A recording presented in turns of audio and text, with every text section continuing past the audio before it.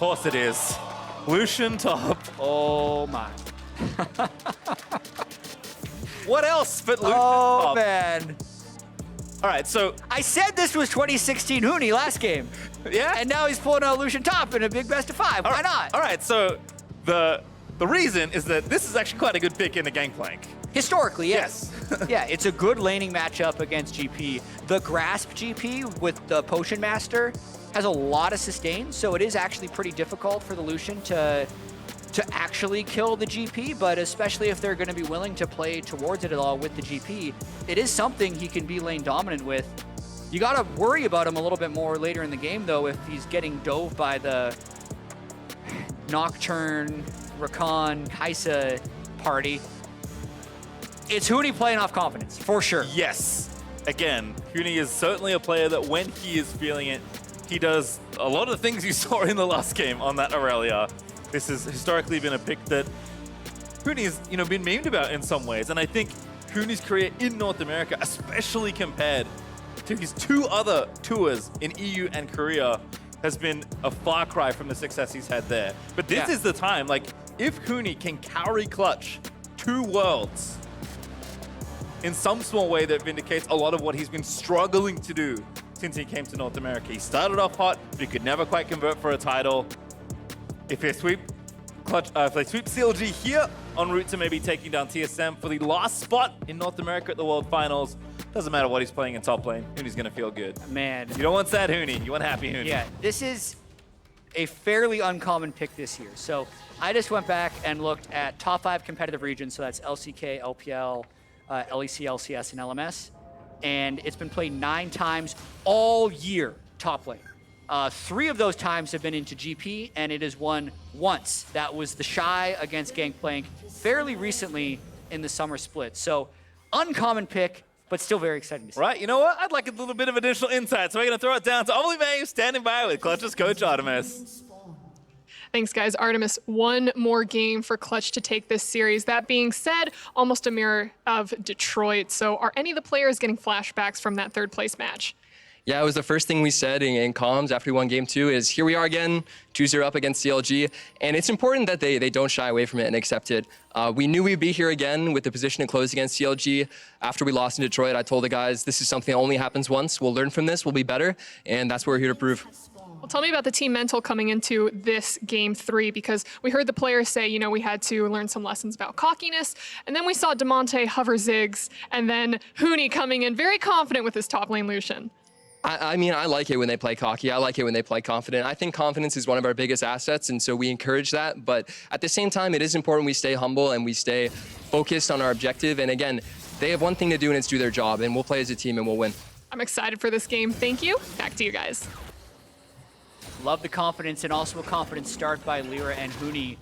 Blast coning over to take the blue buff. This is particularly because they're expecting Wigglily's Nocturne to hard farm in 6. It'll be interesting to see if he reads what just happened since Huni got caught running upriver. It could have been a fake, it could not be, but it would imply that Wiggily should try to play some vertical jungle. So if he's expecting it to happen, you would see him then path towards here, take blue, take this, take that. But if he goes up towards his Raptors here, there's a good chance he goes through the rest of his jungle and then is left completely empty. So that's the steal that Lira just tried to go for, and if Wiggily doesn't read it, he's going to be starved for experience. Well, we'll have to take a look on the minimap after the Raptor camp is complete. In the meantime, Damonte getting things pushed in early versus PowerOfEvil. We did see him do well in this matchup, although maybe not this early. We'll keep track maybe a bit closer this go around as we get more info, and Wiggily has just... Yeah. He's about to get some bad news, Jatt. What's really interesting here is that if he wants to check this part of the jungle, he still can, and that's why I like the fact that Lira has actually started on his blue buff right away, because the expectation would have actually been that Lira goes from one quadrant up into the other, but instead he's actually switched it up. Just a ton of mind games coming out from Lira right now, which are fairly likely to starve Wiggily of experience. Yep, now actually back to the red side of his jungle, and Wiggily looks like he will finally cross over, and again... But Lira's still level 2. He definitely needs to be level 3. Yeah, gonna need to take down a little bit more of this now. 3 smites there for both, so Wiggily will at least be able to smite the big Raptor away. Here comes PowerOfEvil as well. getting the shove back in onto Damonte so can assist his jungler. I'm just trying to parse exactly what Lira is doing. He has so many mind games, but because he spent so much time in transit, he's actually down on camps. Would they try and fight Wiggily? They're outnumbered for this Scuttle Crab, so actually Lira ends up, despite all the successful mind games, Wiggily gets level 4 very quickly because he got the smite on Raptors and actually did check the top quadrant. Something that could have gone very wrong for Wiggily actually doesn't. I'm curious to see where Wiggily goes now. Because you have to kind of guess which buff It's is up. empty. I mean, we know Lira. Well, he could have seen the timer on Lira's blue buff and realized he didn't get a blue of his own. Now he's just used the brush plant to see the blue, so he knows that's up. Crab is down though, so he's spotted. Damonte though going to get attacked here. Has the flash, gets the root, but doesn't land it on both. Wiggily though burns the spell shield. Damonte forced to flash away. Follow flash, here's Azir. Needs to get Wiggily the soldiers has up though. flash too. Lira trying to make something happen. Wiggily gonna have to commit. Uses the fear, and finally CLG turn up first blood. Such a great start for CLG in this game, dealing with Lira's counter jungle towards the blue buff and then also getting first blood onto this Nocturne. And now his camps are actually coming back up in sequence, so Wiggly's going to be able to hit level 6 at a good timing, as well as already having first blood. Couldn't ask for a better start after everything that happened. Again, Damonte, maybe just not expecting this, but not much he can do. Good flash, but that's about all the good news for him. Yeah, I actually think that Lira might have been able to save Damonte if he body slammed in for Wiggily on the ramp. Since Wiggily did have flash, he was going to chase Damonte down unless he was stopped, and Lira wouldn't have died for body slamming on the ramp. So I think that could have been avoided by Clutch, but Damonte falls for first blood. Well, I will just once again echo Artemis's words that we just heard. This is something that only happens once. We'll see. CLG at least off to a good start. 500 gold ahead, getting first blood. Certainly a different opening to this game than we've seen in the first two. But Huni is just being a bully here in top lane.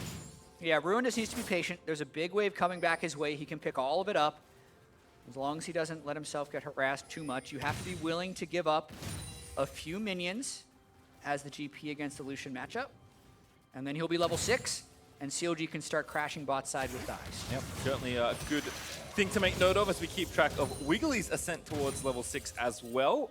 As you mentioned, in champs like Jatt is all about just putting the ultis down in the bot lane and trying to take down Cody and Vulcan. Gives Stixxay a nice early lead. Wiggily is on the way, going to take down this wolf camp and be maybe 30% of the way to 6. Ruin in a similar spot experience-wise as Huni. Going to let the culling rip, just harassing Ruin before Huni likely taking a trip back to the fountain.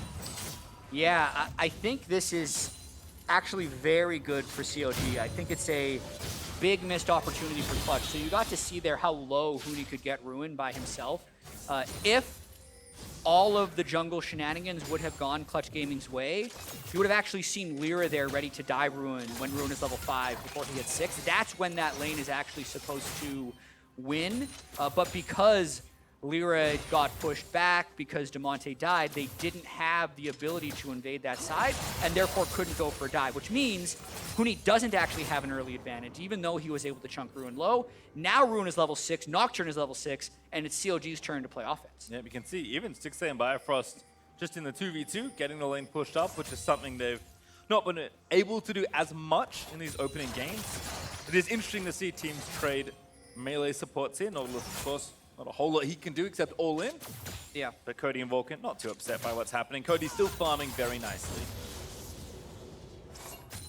Yeah, still quite perplexed why both CLG and Clutch have shied away from playing Xayah when they have a very clear opportunity to get both. I feel like that's something that should be looked at if this series is to continue. But even so, with level 6, they are looking to at least push in and make sure they don't push too far because Nocturne is on the loose. Yep, Cody pushing back through, so we'll just trade the waves back and forth as Biofrost and Stixxay gonna try and freeze this wave, make sure it doesn't hit the turret and lose them any precious minions. Damonte continuing to chain ult the wave here, just trying to get the push happening. The PowerOfEvil with the blue buff is relentless in his assault of the mid lane outer turret. I mean, Clutch actually needs CLG to make a mistake because CLG has all the pressure right now. As long as they have Nocturne and GP ult up, they're free to make a play. They're looking to do a dive onto Huni here And he's backing off because he knows there's people coming. Yep, use the ulti, goes straight in, TP from Clutch. Ulti there from Ruin, but that's going to force the flash of Huni. Here comes Damonte looking for the save. Do they re-dive? Looks like CLG say no. Good save by Clutch Gaming right there. I'm very surprised that CLG didn't try and use that pressure bottom lane. That's where the GP ult is actually best used. And since Clutch actually couldn't do anything aggressive while GP and Nocturne all were up, you want to hold those until you can get a for sure conversion. The fact that they used both ultimates and didn't get the conversion means, again, it's now Clutch Gaming who's able to do stuff again. They were completely trapped in a holding pattern until those two ultimates were used. Lira ready with his ulti. We'll see if he maybe wants to go visit some of these waves. Damonte also forced to return back after the TP top, so is running a little bit behind on CS. As PowerOfEvil, no real interest in leaving his lane. Going to be about 11 between the two here, so a wave and a half up for PowerOfEvil once the dust all settles. Huni, though, back to business in top lane, already back with the build toward a Cutlass. TP's back in and wants to play gold. I mean, he's so happy. He lived. He survived the Nocturne GP ultimate, so he doesn't feel like Wiggily would stick around. He was right, and that assumption is actually able to get plays for himself. Damonte finds the snare there onto PowerOfEvil. Able to get some good harass down. But again, just some minion trading back and forth. Not sure how much time Damonte is going to get to leave without his teleport. So I imagine we'll just see them push waves into each other, back and forth for a little while longer. Yes, maybe something here topside. Lira going to visit. Huni with a lot of pressure. At least going to open up some space to get more plate gold for himself. Ruin has to kind of live in pretty consistent fear of a dive happening here for Lira. So you can see Wiggily going up to the top side as a result. Yeah, Wiggily, it is possible for him to gank without ultimate since he has flash. Should be respectful of that, but here's Lira mid. PowerOfEvil, ooh, what an ult there from Bio in the mid lane. Damonte, ooh, he's maybe going to burn down. Stasis there, Ignite does not tick off on Biofrost. Stays for the last auto just in case. Ruin in the meantime, still under fire in top lane. So much pressure from Huni, but a successful kill there by CLG, actually roaming up towards the mid lane. The kill does go to Biofrost, though, so not the best distribution of gold if you're looking for PoE to jump ahead. It is kind of the counter logic thing, though, Jatt. You saw the comp, you said them they're going to do this thing, and they're basically doing the opposite as Biofrost roams up here. You're playing around bot. Nope, time to roam everybody mid lane, but it is good. I mean, Lira thought he was there for the counter gank.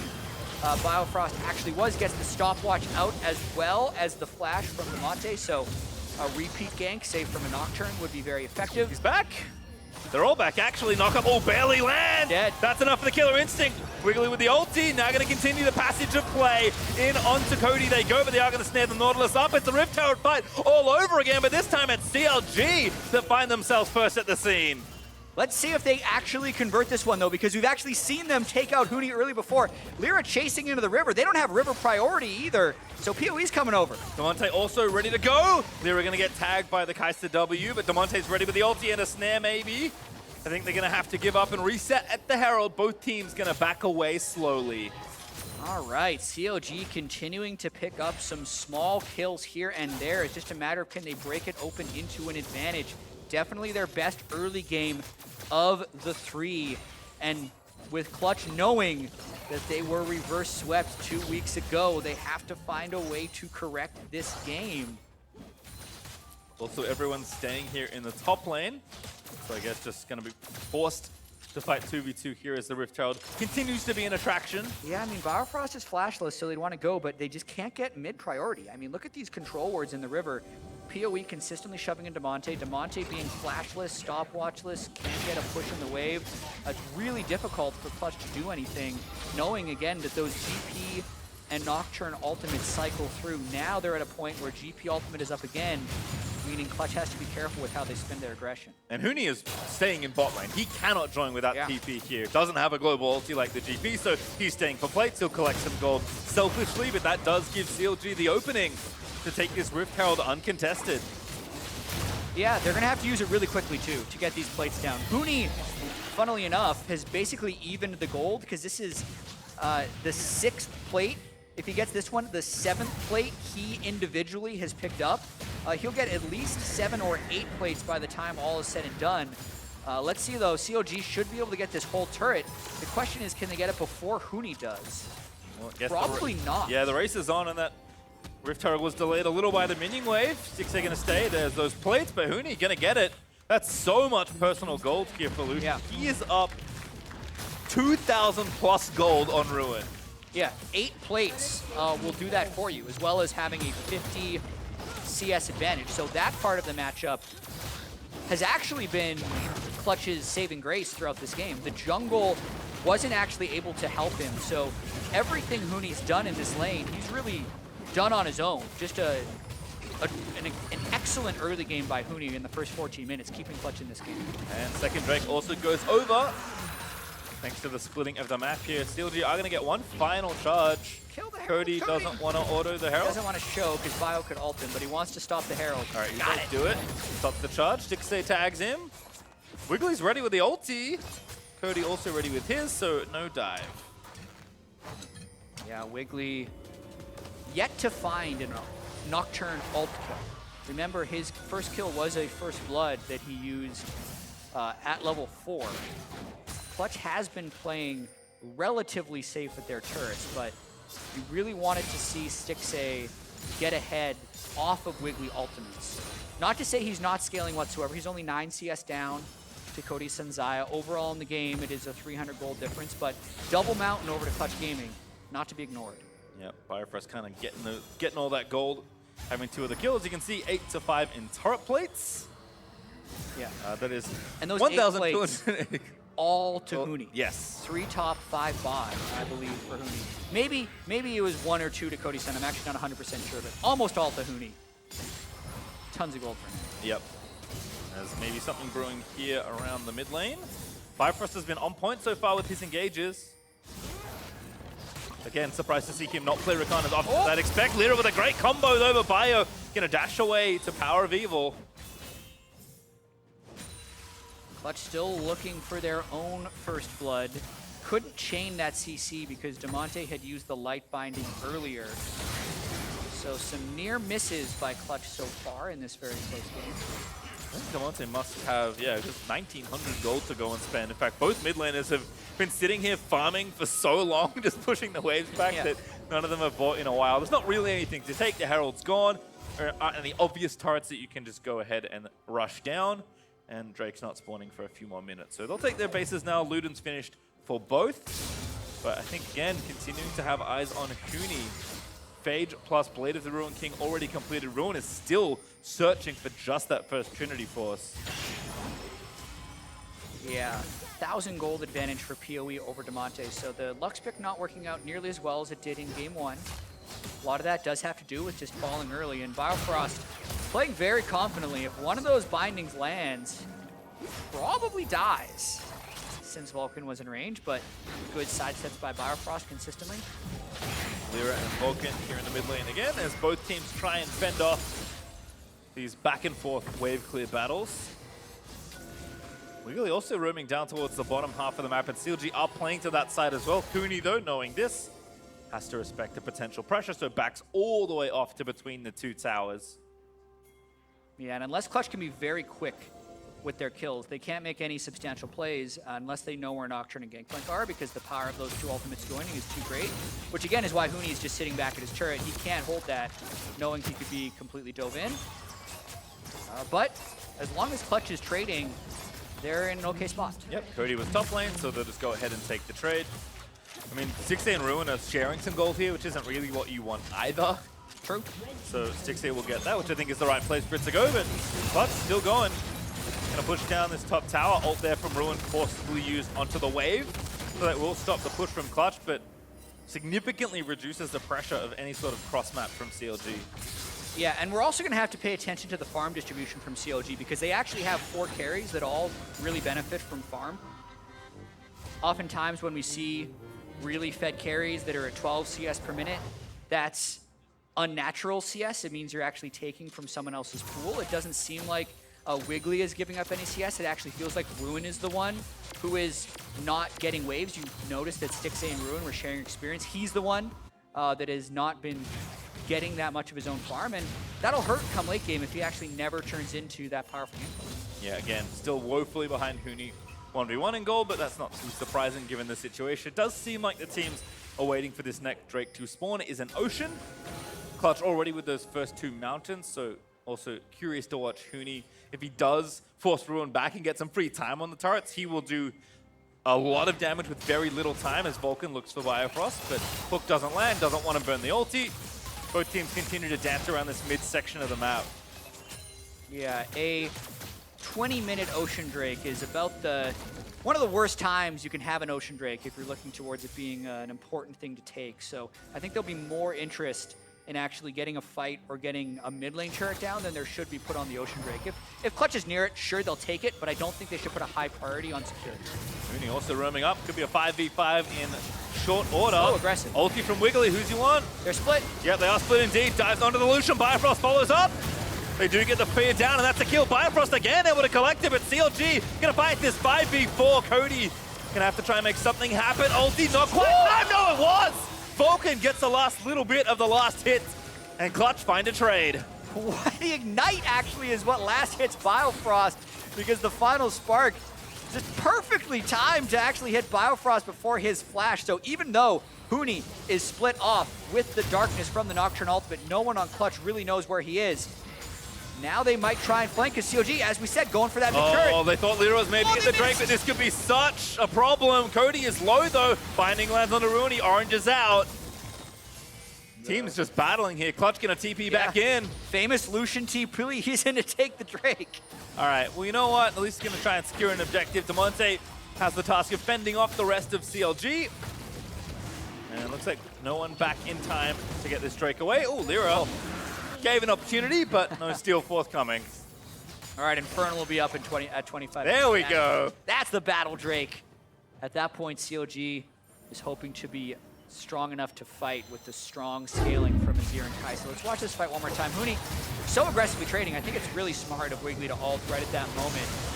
And then Huni just had nowhere to go based off of his initial positioning. So the fact that Clutch can pick up another kill, Wiggily probably shouldn't have stopwatched at that moment, because it did allow the Lux to combo him down, nearly picking up a second as they caught Bio in the crossfire. Yep, he did get out.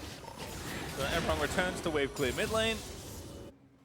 As Huni going to catch this wave here in the bottom half of the map. So on the carries that you're mentioning, 2 items for both Stixxay and PowerOfEvil, mirroring their counterparts in the lane for the most part. PoE up on Damonte most certainly, but does feel pretty even between Cody and Stixxay.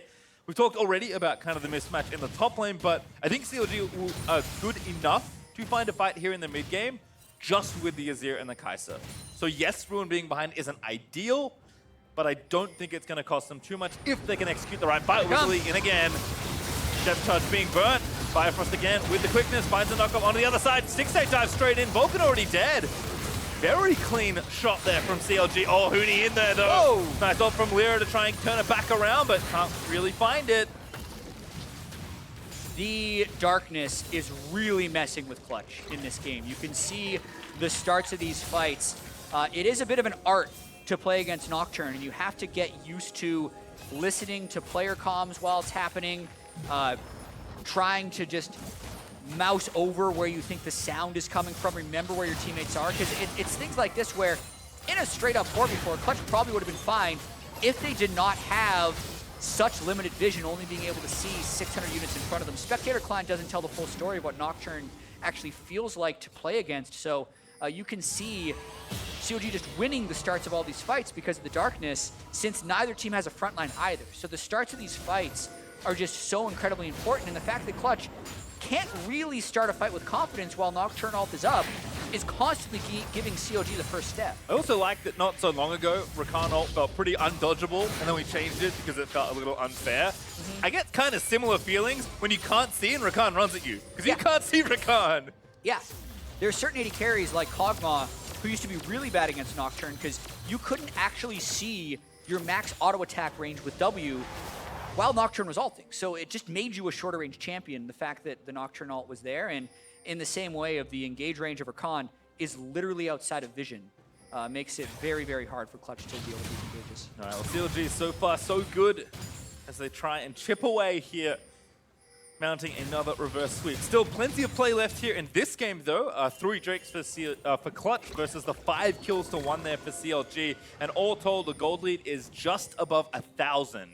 So 23 minutes in, still plenty to look for. CLG will feel confident in the team they picked for themselves with all this late game. They need to continue to try and find good fights. Again, trying to line up in mid, but trigger not pulled just yet for Wiggily. Yeah, and Wiggily with the Black Cleaver has his ultimate cooldown down to 81 seconds. So normally the suggestion against Nocturne is fight during the windows where Nocturne ultimate is down. But the later the game gets, the smaller that window becomes, and it's putting Clutch in these really uncomfortable timers where they lost that last fight, and by the time the death timers are up and they're reset, Nocturne ults up again, and here we go. Yep, looking for a bit more defensive onto the backline. He goes though. CLG will commit for the fight. They didn't get him. Wiggily looking to go down. Is fucked in. They actually get him with the GPL. They find two before the Nocturne falls down, and CLG still going at it. They get almost every kill. The flash over the wall for Lira and Stixxay. Gonna nail this final kill. No, it's Biofrost again that finds it. That's the ace for CLG. They were dealing with the Nocturne, but they forgot about the Gangplank. A barrel shot over the wall onto the entire Clutch Gaming team. We were talking about how hard it was for Clutch to deal with these Nocturne engages, and finally, this was the big one that breaks open the game for CLG. Baron it is for CLG. I believe their first Baron of the series, in fact. As Wiggily, hilariously, the only one not to get it. But it didn't matter. So much work. Yeah, and have to agree. We talked about not being able to see Rakan. Can't see a lot of the CLG damage as it comes in when you can only see barely in front of you in the dark. Yeah, it's easier for Clutch if they had a real front line, but they don't. So anywhere he goes, notice PoE goes over the wall, no Nocturne or no Nautilus ultimate. Wiggily is kind of been on his own, but now that they do have their vision back, they've used all their cooldowns, and Ruin just blows them up with the barrel over the wall. Then they all get kind of caught in the Raptor pit. PoE making his return to the fight at the very end. Like Stixxay just flashing the Raptor wall too. CLG starting to pick up a little bit of momentum. Wiggily going to take down this Infernal Drake. Not a bad one to get with the comp they've drafted. Little pit stop there before they continue the siege with Baron. Still 2.5 minutes left to try and make these plays. Lira in trouble. Going to force the ulti out. CLG playing smart. Wiggily around the back perhaps. CLG can play this pretty slow if they want to. They have the Baron buff, they have the scaling on the Azir and the Kaisa, and now even Ruin has reasonable items despite being held back so much of the game. Thinking about how we got to this point, so much of Clutch's strategy was really about crashing top lane with Huni and killing Ruin 3-6, but the jungle just didn't work out for them there, so they're never able to actually break the game open from that point. And now CLG has kind of come together with all their ultimates and found play after play. Yep, Stixxay nice and strong here as well. Huni going in. Uses the blade in on to Stixxay. Wiggily going to be the next target. Lira no ulti, so can't reach as Vulcan was trying to find the depth charge. But CLG back off. Re-siege mid and bottom lane. Damonte with the ulti tries to clear out what he can. Not enough with the Baron. Empowered minions. As CLG knocked down their fourth turret. Going to make it 5 very soon. As Stixxay continues to work on bottom lane. Yeah, if Clutch does go for an engage, that's when CLG would look to wipe, but for now, they're just going to chip down the turrets over and over again. No need to hard force for CLG with a minute left on this Baron. And despite the 3 items here for Stixxay, he's still playing cautiously around this Lucian. Clutch have 2 pretty strong marksmen at their disposal, so yeah. CLG can't be reckless in how they approach this, but that's usually not the CLG way. I expect them to just methodically knock down these last few turrets. Never mind! Biofrost straight in there, finds the engage again with the Nocturne. Does get zapped down by Huni at the end of the day, but GP ulti cleans up the Lucian instead. Whew, Wiggily got taken so low there, but yep, another one fight by CLG. They can keep running that since there is no true frontline for Clutch Gaming. Baron buff pretty much out though, 8,000 gold lead, and still a difficult game for Clutch Gaming to come back from. Ruin's really not gonna, oh, no, really not gonna kill that last little Raptor as I watch this one again. Yeah, Lira no dash, which means Biofrost can go in for the catch, perfect knockup. However, the Lux ult does turn around a huge amount of damage. That was very well played by Damonte to nearly turn it around, and even with that, they still lost the fight page. Well, lost the fight they may, but Clutch did hold on to their inhibitor turrets. Only 5 now for CLG. Clutch will kind of force another Baron up Siege to really break their base unless CLG can find another picture-perfect fight. So CLG up about 7,000 gold, which is significant. Easily the biggest lead they've had so far in the series. See how they can close here up against Clutch with the advantage they have now built for themselves.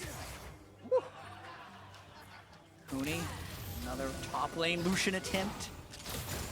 But really, this game is going to bring back some fairly recent memories for both teams. If CLG closes it out, it would infuse them with confidence, knowing that they have beaten Clutch 3 games in a row. Just 2 weeks ago in the third, fourth place match, and Clutch Gaming, despite getting 3 early Drakes, never pulled ahead in the gold lead and gotten caught out time and time again this game. Although Cody on 3 items, he's going to hope to make something happen. Oh, Biofrost. That ulti not quite there for Lira, though. And they're going to go in instead. They dive in onto Cody. He's going to be forced to flash away. Sorry, that was Damonte, but low in the back line. CLG just too strong on gold. Snipe lands on the Vulcan. Stixxay going to get payback for that last game. That slow-moving Kaisa W kills so many people. Gets another one in that, especially with the Nashor's Tooth for the extra damage. But CLG, knowing Baron comes up in a minute, won't get anything big off of that one. Whew, could have been so much worse for Clutch. Yep, no need to do anything silly. It's time to reset and go back towards the Baron. Double mountain there for Clutch. Obviously can threaten it pretty swiftly on their own. Another Drake up in 40 seconds if they want it, but it seems like Baron is going to be spawning at the same time. It makes sense that that's the biggest prize on the map. So CLG already back over, going to get their vision down. Yeah, and look at the vision control in this top side of the jungle. There's really no Clutch Gaming vision whatsoever beyond the inside of their base. So knowing that they not only have no fog vision, but also have to respect the Nocturne engage, means Clutch can really only go through mid, which is what they're trying to do right now. And Wigglily's ult back up in 8 seconds. So all the ultis ready to be used once again here for CLG, and they have not been particularly shy about starting these fights. Yeah, CLG's feeling very confident. They're just going to go for it. Yep, again, GP ult into Nocturne ult. Rakan going to run in as well with the quickness. Going to try and find it happening. Resurrect there on the Nocturne, but Damonte again with another big laser, but Clutch just trying to fight their way out of this corner. They do find Ruin for the shutdown. Cody Sun going in, but that's too far for Cody as Stixxay just shoots him down. Cody really wanted to make again. Okay, Damonte got play, it. But a good flash by PowerOfEvil as Damonte dotted that. They might get the Mountain Drake out of it all. I can't completely fault the play for CLG, but I feel like they could have been way more patient. PowerOfEvil. Die. He's going to try and get a kill, actually, yeah. Now in a 1v2 that maybe he doesn't fancy. Onto Lira he goes. Plenty of damage for the Azir. Great ult there. PowerOfEvil going to try and make the outplay. Shuts down Huni. Chases Lira. PoE's feeling it. Yeah, and the end of my sentence is he might die or get a double kill.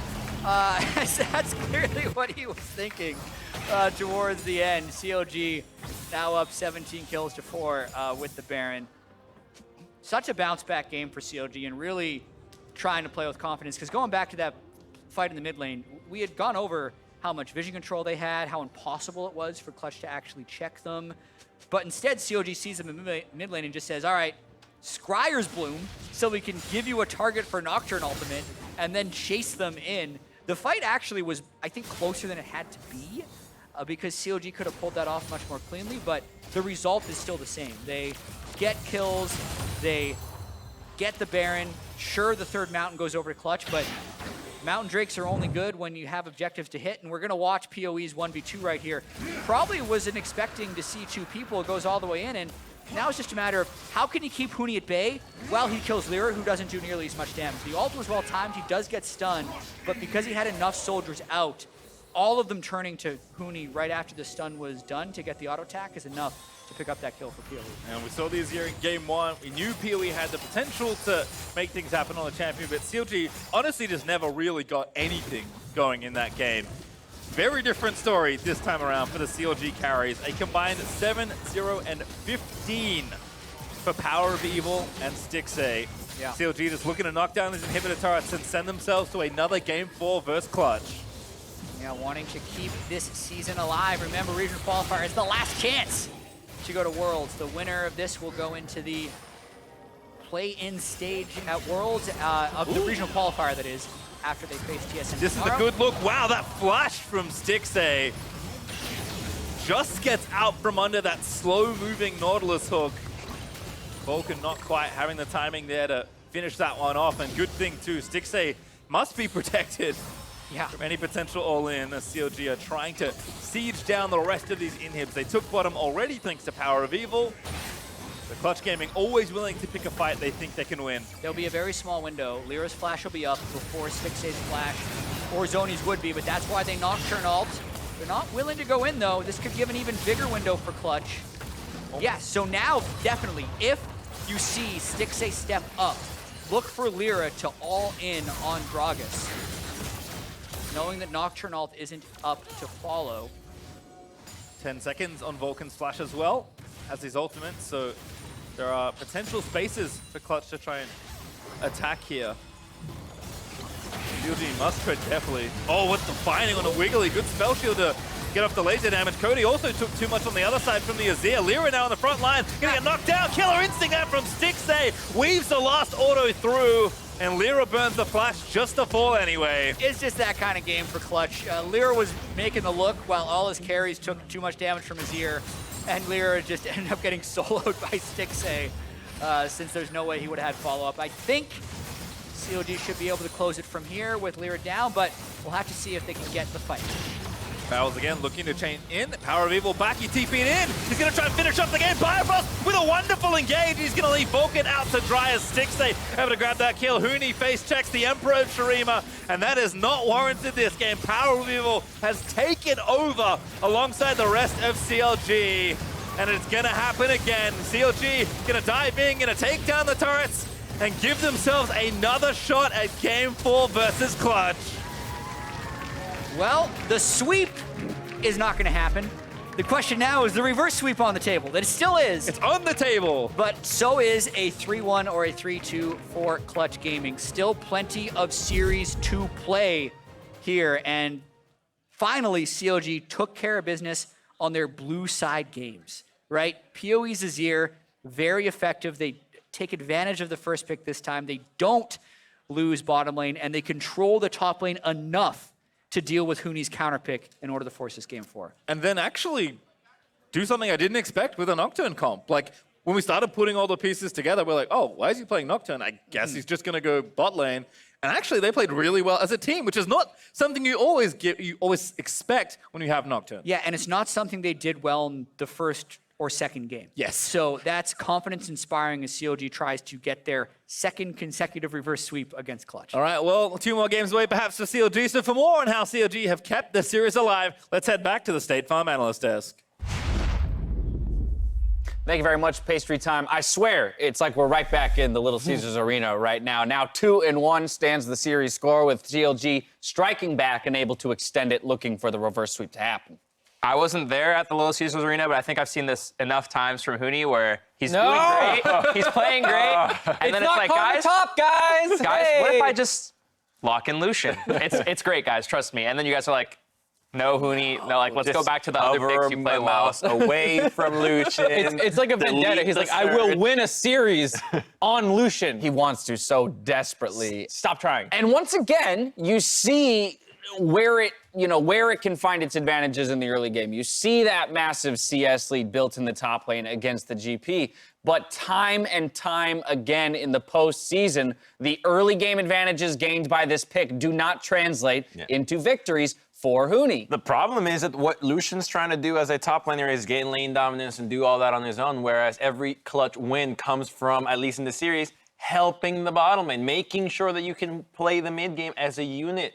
That's not Lucian. So that pick single-handedly sabotages everything Clutch Gaming has been practicing for the last 4 weeks. Yeah, I mean, CLG's draft as a whole was a lot better. They actually took the Rakan away this time to break it up as opposed to trying to play into Xayah Rakan, as well as the fact that I like both their solo laners, the Azir and Gangplank both being fantastic late-game carries who have pretty stable laning phases. So this was much closer to the prototypical CLG draft, which is all great, but then you just have to look at what Clutch did, and scratch your head at the Lux blind instead of taking the GP, one of their best picks themselves. Right. And then the counter pick, like we were talking about. I think a big part of it, though, is that since the Skarner was banned, it's very clear that Lira loves Gragas and Skarner, the Predator junglers, and they lock it in as quickly as possible for him. It seems to be an MO for Clutch Gaming that the jungler must be taken early, and CLG might be looking to exploit that later on. It seems like CLG has just finally, like, done the good things with draft. You know, like you said, they're taking the Rakan.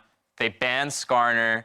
They got Azir for PowerOfEvil, so that's great. And the Kaisa showed up that you were talking about after the last game. Also, just watching Kaisa, why does an AD need a shield? Can we get rid of that already? That seems like a lot of baloney for everybody else. The most annoying AD carry to play against. I think this is a very interesting game because what we'll see here in a lot of these fights, even though they're not like cataclysmic fights where it's 5-0 aces or huge trades, we're seeing to a degree just how out-comped Clutch Gaming is in this game when it comes to the full-on 5v5 matchups. Yeah, I mean, CLG used their first Nocturne ult top, I believe, combo with the GP ult, and I know Jatt was saying it probably would have been better in the bot lane. You're more likely to generate your own lead in the bot lane, but it does stabilize your top matchup, and I think that, like you're saying, CLG super out-comp Clutch here, so if you stabilize your early game, fall 30 CS behind like what happened, but are ready to go in team fights, you're going to crush, as well as the fact that they still picked up kills all over the map. Right. It's really funny because you're bringing it up on the desk, so we have to remember that a lot of these fights, Paranoia is active. So Clutch Gaming always looks like, oh, why are they walking around like headless chickens? It's like you're fighting over a ledge, which makes it even harder to figure out what is going on with Nocturne. So everybody's just trying to keep themselves alive, and by the time they realize, oh, the danger has surpassed, one or two members are dead. And you're playing to some of the most punishing zone control champions in the game with GP and Azir. Like, if you step forward against those champions in the wrong way, you die, or the very best lose like 60% of your health. So it is really scary on the side of Clutch to walk forward as a unit or something like that when you might just be walking into a 5-man barrel.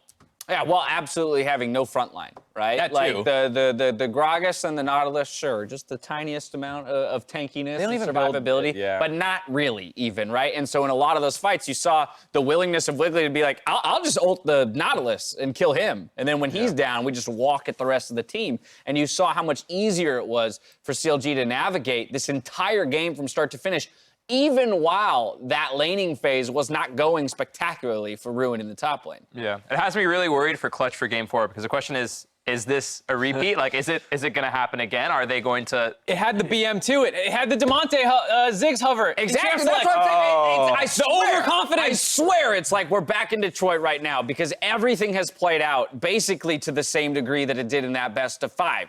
Clutch Gaming with side selection here in Game 4 will go back to blue side. And so again, facing the very same kind of downward spiral that they had in the last series, having that experience and being able to check themselves, right? As Artemis said in that sideline interview, hey, we were aware of it. It's the first thing we said when we came off of the second victory is let's not fall into that trap. Okay, well, step 1 just happened. So check yourselves again, right? But how do you, as Clutch Gaming on blue side, come back and just end it here, 3-1. Give me the 3-1. I mean, it's that same energy that's going to actually might backfire, and that you're saying, okay, we have to put a stop to this now. We're not tilted. It's not going to happen. But then, oh, can you pick me the Lucian again, or can you pick me this? Trust me, not tilted. I can tell you that I am not tilted. Therefore, I will perform. And you just get into that spiral that I think that they just really need to hone back on the fundamentals and count on the guy that's the least tilted out of the team. One member needs to really bring up everybody else's spirits. I just really want Huni on a matchup where he can actually impact the game more, and he's not playing Lucian into Nocturne and champions like that. And I think, again, a big thing is they're not going to have the Azir for mid lane on PowerOfEvil. I think if he's not on Azir, he hasn't really looked that strong on any of the other picks. So I think CLG will have to pull something better out on the red side. Yeah, it's interesting. CLG on red side. We'll have to see what they decide to do. But I do want to actually reference the Nocturne pick. We kind of talked about a little bit of the craziness that it, creates within team fights. But to the same degree, this is not a pick that we've seen much, or if at all, in the postseason, at least here. And so maybe catching Clutch a little bit by surprise there? Yeah, and I know that it's something that they can try and do more of, give more agency to Wiggily. He has been one of their best players. I was talking to a certain jungler backstage, Meteos, who was talking about the Skarner pick and saying, like, where's Olaf? That is such an abysmal matchup for the Skarner because he can't fight the Olaf. So he was saying, you know, that's another option that they could potentially look at to try and shut down this Skarner without having the ability to ban it now that they're back on red Seeing side. plenty of that in LCK and LPL getting play. So, hey, where's that pick been? The reverse sweep is still on the table. We'll see if CLG can tie up the